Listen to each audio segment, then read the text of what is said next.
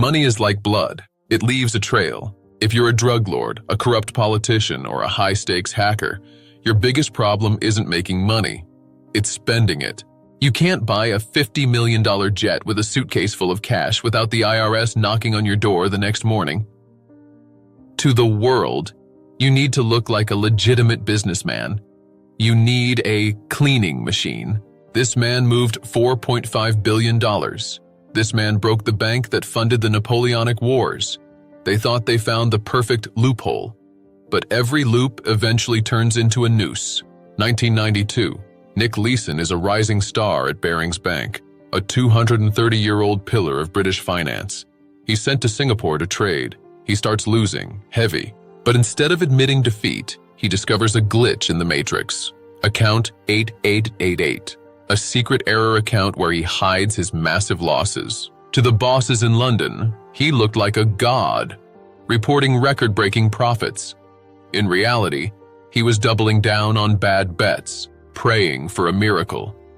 By 1995, the miracle never came. He had lost $1.3 billion, more than the bank's entire capital. He tried to flee to Germany, but the paper trail was faster. One man, one secret account, destroyed a centuries-old empire overnight. If Nick Leeson was a gambler, Jho Low was an architect. He didn't just hide money, he built a world out of it.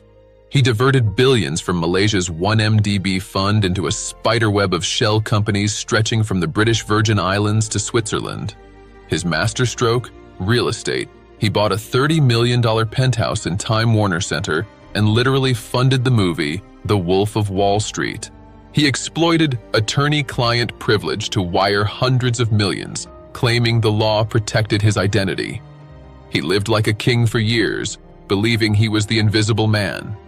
But the FBI has a long memory. They tracked the money back through thousands of fake invoices and inflated contracts.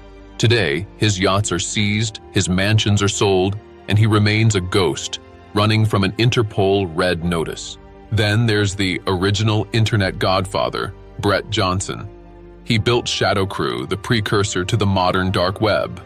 He didn't just launder money, he laundered identities. The irony? He was so good that after he was caught, the Secret Service hired him to catch other hackers. And what did he do?